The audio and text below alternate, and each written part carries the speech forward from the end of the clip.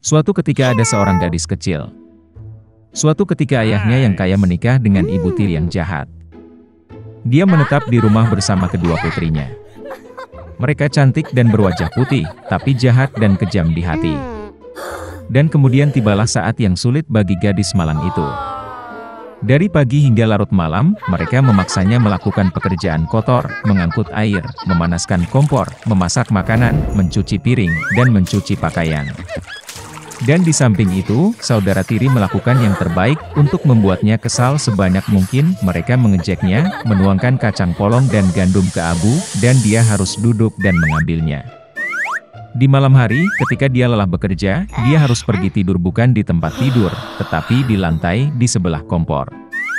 Dan karena dia selalu dalam abu, debu dan kotor, saudara perempuannya memanggilnya Cinderella.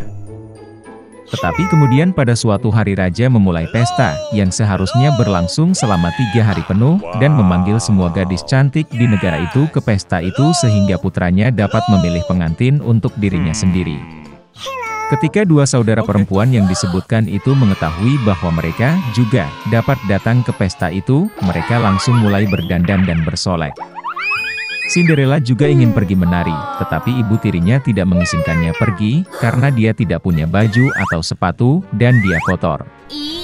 Dan kemudian ibu tiri yang jahat menuangkan semangkuk gandum ke abu, dan berkata bahwa jika Cinderella mengumpulkannya dalam 2 jam, maka dia bisa pergi dengan saudara perempuannya. Cinderella pergi ke taman dan menangis. Dan kemudian 2 burung merpati putih terbang masuk, diikuti oleh kawanan burung yang berbeda. Mereka menukik di atas abu dan mulai mematuk, jadi mereka memilih semua biji-bijian dalam mangkuk. Dalam waktu kurang dari 1 jam, mereka menyelesaikan pekerjaan mereka, dan semua orang terbang kembali. Cinderella membawakan mangkuk untuk ibu tirinya, mulai bersukacita, berpikir bahwa dia bisa pergi ke pesta. Tapi ibu tirinya tidak mengizinkannya masuk. Dia membelakangi Cinderella dan bergegas bersama kedua putrinya ke pesta dansa. Ketika tidak ada yang tersisa di rumah, Cinderella duduk di lantai dan menangis dengan sedih. Dan kemudian 2 burung merpati putih terbang masuk, diikuti oleh kawanan burung yang berbeda, dan mereka membuang pakaian dan sepatu mereka, berkilau dan semuanya dari emas. Dia dengan cepat mengenakan gaun ini dan mendatangi pengantin wanita. Mereka melihat saudara tiri dan ibu tirinya dan berpikir bahwa itu pasti putri yang aneh, dia sangat cantik dengan gaun emasnya. Tidak pernah terpikir oleh mereka bahwa itu adalah Cinderella. Pangeran keluar untuk menemuinya, meraih tangannya dan mereka mulai menari. Dan dia sangat menyukai Cinderella sehingga dia tidak ingin berdansa dengan gadis lain. Dia menari sampai malam dan akan kembali ke rumah, tetapi pangeran meminta untuk mengantarnya pergi. Dia ingin tahu gadis cantik siapa ini dan di mana dia tinggal. Tapi Cinderella lari darinya dan naik ke tempat perlindungan merpati. Pangeran memerintahkan untuk menghancurkan tempat perlindungan itu, tetapi tidak ada siapa-siapa di dalamnya. Dan tidak ada tempat di dekat dia bisa menemukan orang asing yang cantik itu. Tidak ada yang menyangka bahwa Cinderella diselamatkan oleh merpati yang membawanya pulang. Pangeran kesal dan pergi ke istana dengan kepala menunduk. Dan tiba-tiba dia melihat sebuah sepatu, mengangkatnya, sangat kecil dan elegan dan semuanya dari emas murni.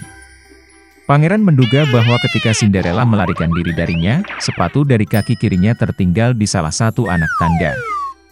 Pangeran sangat senang, dan diperintahkan untuk menemukan nyonya sepatu ini, dan kepada siapa sepatu itu cocok, dia akan menikah dengan yang itu. Orang tua kembali dari pesta, mereka melihat bahwa Cinderella sedang tidur dengan kemeja di atas abu, dan lampu redup menyala di dekat kompor. Kedua saudara perempuan itu pergi ke kamar mereka, berharap besok mereka akan cukup beruntung untuk mengenakan sepatu emas. Keesokan harinya, pangeran datang ke rumah mereka, dan berkata bahwa setiap orang yang ingin mencoba sepatu calon istrinya harus keluar. Dua saudara perempuan keluar, dan ibu tiri mengunci Cinderella di rumah dan tidak membiarkannya keluar. Kakak perempuan mencobanya sepatu kecil. Adik perempuannya mencobanya sepatunya bagus. Pangeran hendak pergi, tetapi Cinderella keluar dari jendela dan berlari ke arahnya. Dan dia memakai sepatu, dan itu pas untuknya. Pangeran menatap matanya dan mengenali gadis cantik yang berdansa dengannya. Dia membawa Cinderella, menunggang kuda, dan pergi untuk bermain pernikahan dengannya. Dan dia memerintahkan saudara perempuan dan ibu tiri untuk dikunci di rumah mereka, dan jangan pernah membiarkan mereka keluar dari sana. Beginilah cara mereka dihukum karena kejahatan dan penipuan mereka. Kakek saya menanam lobak, dan lobak itu tumbuh besar, sangat besar. Belum pernah melihat lobak seperti itu di desa. Maka kakek saya pergi untuk memetik lobak. Tarikan, tapi tidak bisa. Kakek tidak tahu harus berbuat apa, dan begitu, dan dengan cara itu. Tetapi itu tidak akan menarik dengan cara apapun. Kemudian kakek memanggil nenek untuk mencabut lobak tersebut. Seorang wanita tua datang, meraih punggung kakeknya, dan mereka mulai menarik lobak itu bersama-sama. Nenek untuk kakek, dan kakek untuk lobak. Mereka menarik, tetapi mereka tidak bisa menariknya. Itu hanya masalah. Kakek merenung dan menyadari bahwa sudah waktunya untuk memanggil cucu perempuan itu untuk meminta bantuan. Dan mereka mulai memanggil gadis kecil itu dengan suara keras, hingga seluruh desa gemetar. Cucu perempuan itu berlari, memegangi rok nenek, dan lagi-lagi mereka mulai menarik lobak. Cucu untuk nenek, kakek untuk kakek, dan kakek untuk lobak. Mereka menarik, tetapi mereka tidak bisa menarik. Orang-orang tua kesal karena lobak seperti itu menghilang. Kemudian cucunya memutuskan untuk memanggil anjingnya, Bak, agar setidaknya dia membantu mencabut lobak itu. Serangga datang berlari, mencengkeram sapu tangan untuk cucunya, dan mereka mulai menarik lobak itu bersama-sama. Serangga untuk cucu perempuan, cucu untuk nenek, nenek untuk kakek, dan kakek untuk lobak. Mereka menarik, tetapi mereka tidak dapat menarik lagi. Kakek dan nenek semakin kesal karena lobak yang tidak dimakan akan hilang. Tiba-tiba serangga itu menggonggong dan lari. Anjing itu kembali tidak sendirian, tetapi dengan seekor kucing. Dia meraih ekor kumbang dan mulai menarik lobak itu menjadi satu. Seekor kucing untuk serangga, serangga untuk cucu, cucu untuk nenek, nenek untuk kakek, dan kakek untuk lobak. Tarik, tetapi tidak meregangkan. Orang tua kesal bersama dengan cucu mereka. Mereka tidak akan melihat lobak. Tiba-tiba kucing itu lari ke dalam kandang. Dia pergi untuk waktu yang lama, dan dia kembali tidak sendirian, tetapi dengan seekor tikus. Kakek dan wanita, serta cucu perempuan dan kumbang, mulai meminta bantuan tikus. Dia mengibaskan ekornya, mencicit 2 kali, dan kemudian meraih bulu kucing itu dengan cakar kecilnya.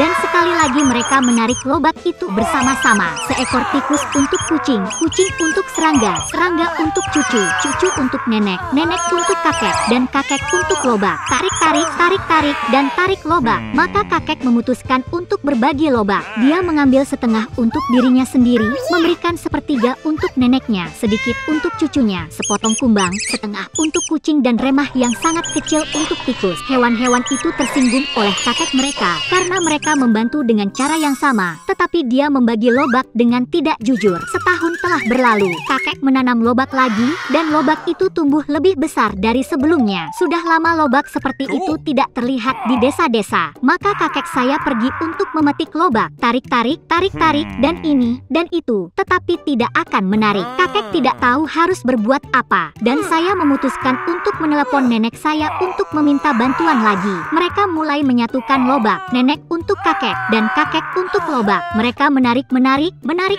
tetapi mereka tidak bisa menariknya. Kemudian nenek memanggil cucunya. Cucu perempuan itu berlari, dan mereka menarik lobak itu bersama-sama. Cucu untuk nenek, kakek untuk kakek, dan kakek untuk lobak. Tarik, tetapi tidak meregangkan. Kakek kesal dan pergi meminta bantuan hewan. Dia memanggil Bak, tetapi dia hanya memalingkan wajahnya, mengibaskan ekornya, dan melarikan diri. Kakek menemukan seekor kucing, dan dia naik ke atap gudang. Kemudian orang tua itu mendekati tikus itu, tapi dia juga tidak mendengarkannya. Kemudian kakek menyadari bahwa hewan tersebut tersinggung olehnya karena tidak jujur berbagi lobak. Lagi pula, tanpa tikus, kucing, atau serangga, kakek tidak bisa melihat lobak. Orang tua itu berpikir, mengumpulkan pikirannya, dan pergi ke binatang itu lagi. Dia meminta maaf kepada Bak, meminta maaf kepada kucing itu, dan menjanjikan potongan lobak terbaik untuk tikus itu. Kemudian para hewan setuju untuk membantu kakek mereka, dan mereka mulai menarik lobak itu bersama-sama. Tikus untuk kucing, kucing untuk serangga, serangga untuk cucu,